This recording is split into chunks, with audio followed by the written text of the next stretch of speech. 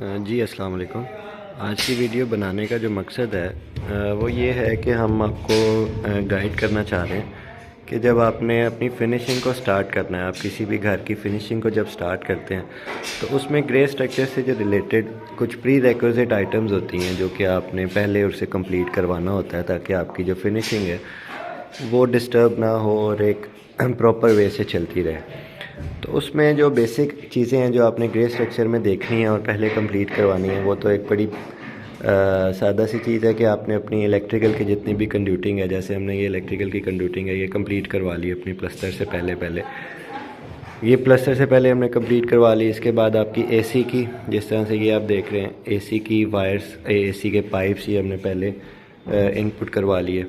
इसी तरह से आपका जितना भी सैनिटरी और प्लम्बिंग का काम है वो आप अपने प्लस्तर से पहले कंप्लीट करवा लेते हैं। आप कोशिश करते हैं कि आप 90% 95% काम को कंप्लीट करवा लें प्लस्तर से पहले, ताकि फिर बाद में उसकी प्लस्तर की जो खूबसूरती है वो ख़राब नहीं होती है। कुछ चीज़ें ऐसी होती हैं जो कि आप प्लस्तर होने के बाद या टाइम के साथ साथ देखते हैं कि ये ऐड करवानी है, तो वो ऐड करवाना कोई ऐसा मसला नहीं होता है। वो 5-10% का आपने एक मार्जिन रखा होता है कि ये चीज़ें हम बाद में भी ऐड करवा सकते हैं और वो कोई ऐसा मेजर इशू नहीं है। तो सबसे पहले तो आपने अपनी ये वायरिंग, अपना इलेक्ट्रिकल की कंड्यूटिंग, प्लम्बिंग की कंड्यूटिंग, ये चीज़ें कंप्लीट करवानी है ताकि आपके प्लस्तर की जो एक प्रॉपर प्लस्तर है वो आपको निकल के सामने नज़र आए। इसी तरह से जब आपने प्लस्तर करवाना है तो प्लस्तर के दौरान में आपने चेक करना है कि आपकी जो प्लस्तर को चेक करने का जो तरीका है वो ये होता है कि आप चपटी रख के देखते हैं कि आपका प्लस्तर जो है वो ठीक हो रहा है या नहीं हो रहा।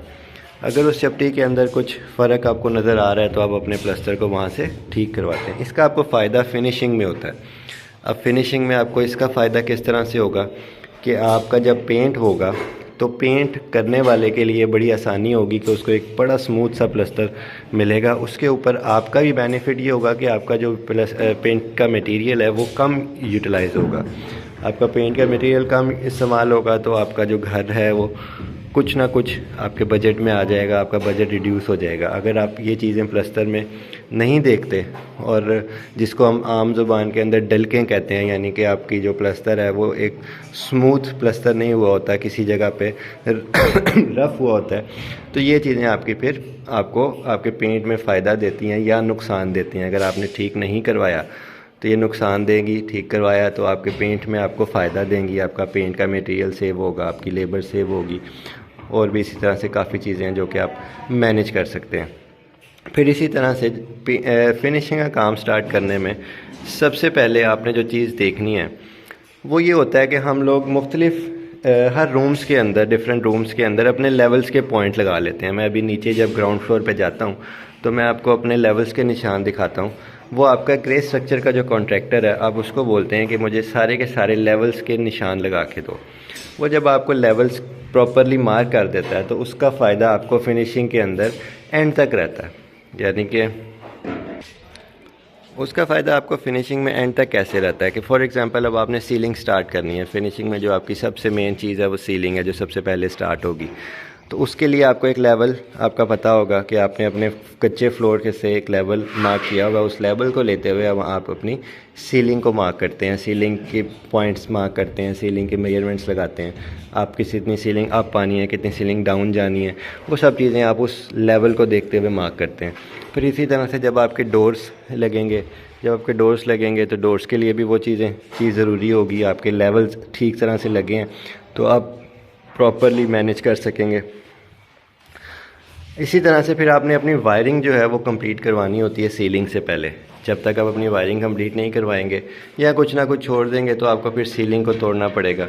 ये सारी चीज़ें आपको मैनेज करनी पड़ती हैं, वायरिंग कंप्लीट करवानी पड़ती है। इन केस अगर आप DHA में काम कर रहे हैं, आपका घर DHA में बन रहा है, तो DHA ने अब एक प्रोविज़न अप्लाई किया है, वो ये है कि आपने फायर अलार्म सिस्टम भी लाजमी यूज़ करना है।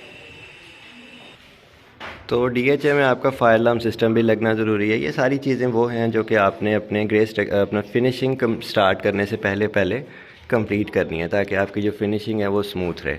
अब जी हम आ जाते हैं अपनी फ़िनिशिंग पर। तो फिनिशिंग में सबसे पहले हमने जो स्टार्ट करनी है वो सीलिंग्स हैं।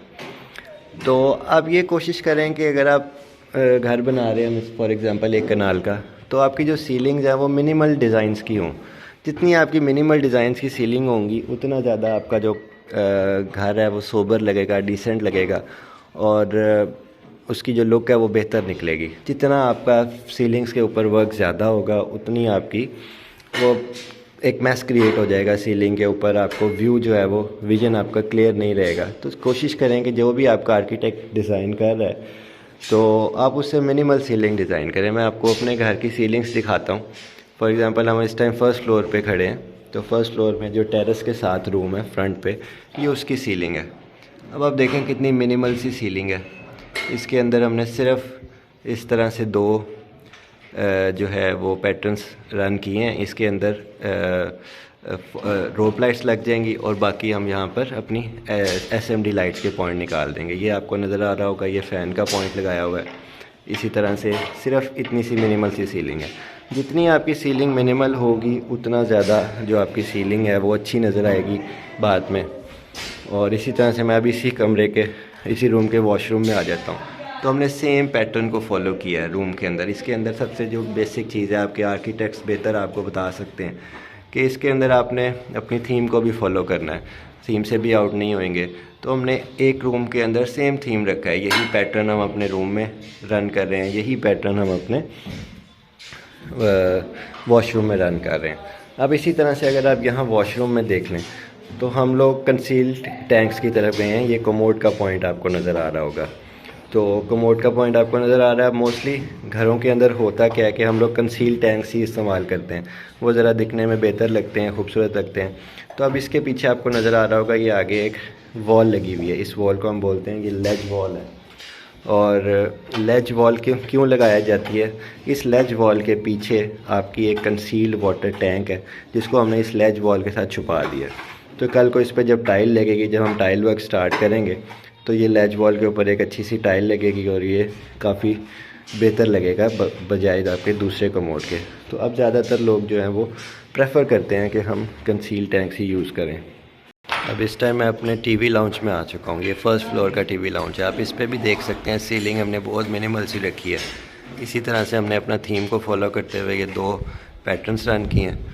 और वायर्स, जैसे कि मैंने आपको पहले बताया, वायरिंग का काम हमारा कंप्लीट हो चुका है, हर चीज़ हमारी कंप्लीट हो चुकी है। हमने उसके बाद फिर सीलिंग का काम शुरू करवाया। तो अब ये देख सकते हैं सीलिंग हमने एज़ पर ड्राइंग फॉलो करते हुए अपनी सीलिंग को मिनिमल रखा है। अगर आप इसकी हाइट की बात करते हैं तो इस टाइम हम जो फ्लोर हाइट हमने जो बनाई है वो इस टाइम 11 फीट है।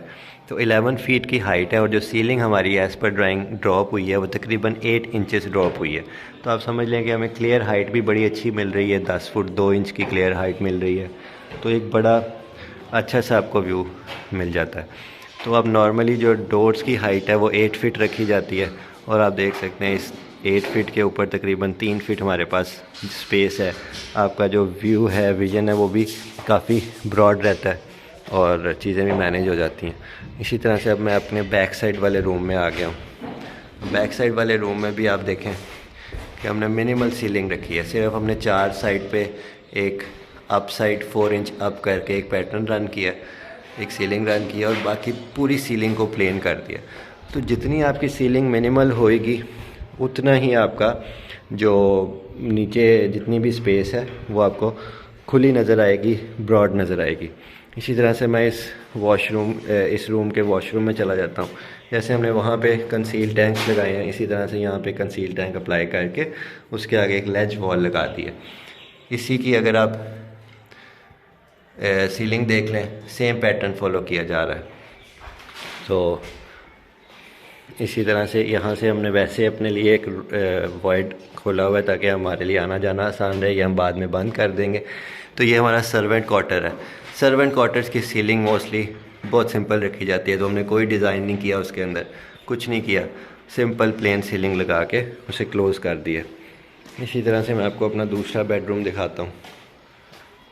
दूसरे बेडरूम के अंदर भी हमने सेम पैटर्न फॉलो किया, कुछ चेंज नहीं किया। सिंपल एक 4 साइड पे आपको नज़र आ रहा है कि बॉर्डर रन किया, उसके अंदर रोप लाइट्स लग जाएंगी। बाकी हम अपने लाइट के जितने भी पॉइंट्स हैं वो यहाँ पे लगा लेंगे। इसी तरह से इसके वॉशरूम में आ जाए तो इसके वॉशरूम में सेम रूम वाला पैटर्न फॉलो किया गया है। आप देख रहे होंगे कि हमने जितने भी मैंने आपको रूम सिखाए हैं उसमें जो पैटर्न हम रूम में फ़ॉलो कर रहे हैं वही पैटर्न हम अपने वॉशरूम में फ़ॉलो कर रहे हैं। तो थीम को मेंटेन करना और थीम को उसके साथ साथ चलाना ये बड़ा ज़रूरी होता है।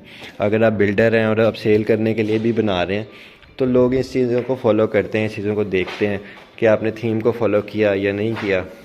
तो ये चीज़ें बड़ी ज़रूरी हैं। और अगर आप अपने लिए भी घर बना रहे हैं तो उसके लिए भी ऑब्वियसली बड़ी चीज़ें ज़रूरी हैं कि आपकी चीज़ें फिर सिंप्लीफाइड रहती हैं, ठीक रहती हैं। आपने थीम्स को फॉलो किया होता है, आप हर चीज़ को एज़ पर ड्राइंग और एज़ पर रूल्स लेके चल रहे होते हैं। तो ये देखें, अब हमारी डबल हाइट लॉबी है। तो आजकल नॉर्मली DHA के अंदर डबल हाइट लॉबी ही चल रही है। तो हमारी डबल हाइट लॉबी है, इसके अंदर मम्टी नहीं होती है। अब मैं यहाँ फर्स्ट फ्लोर से ग्राउंड फ्लोर पे जा रहा हूँ तो आपको एक वाइड स्पेस नज़र आ रही है कि स्टेयर भी हमारी काफ़ी वाइड है, 4 फीट वाइड स्टेयर है।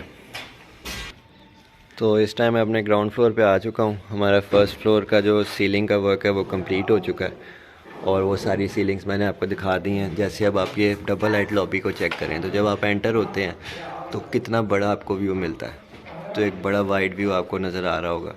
तो ये चीज़ें मैटर करती हैं आपके डिज़ाइन के अंदर, किस तरह से आपने डिज़ाइन किया है, किस तरह से करवाया है। तो जैसे ही हमारी ग्राउंड फ्लोर की सीलिंग कंप्लीट होगी, इसका भी मैं आपको एक वीडियो टूर करवाऊंगा कि क्या क्या हमने अप्लाई किया है। इसी तरह से वायरिंग कैसे कैलकुलेट करते हैं, कितनी वायरिंग एक कनाल के घर में लगती है, वो हम लोग एक नेक्स्ट वीडियो में अपलोड करेंगे कि कितनी आपको वायर चाहिए। तो हम लोग आपको एक घर के हिसाब से सारी चीज़ें इंशाल्लाह गाइड करेंगे। अब हमें फॉलो करते रहें। जैसे जैसे हमारी वीडियोज़ आएंगी, हमारी ट्राई है कि जितनी मैक्सिमम हो सके हम लोग आपको गाइड करें और आप कहाँ से किस तरह से परचेजिंग कर सकते हैं, वो क्या सोर्सेज हैं, वो सारे आपको इंशाल्लाह बताएंगे। तो इस चैनल को आप लाजमी सब्सक्राइब करें ताकि हमारी जितनी भी नई वीडियोज़ हैं वो आप तक पहुंचती रहें और हम जितना अच्छी तरह हो सके आपको गाइड करते रहें। Thank you.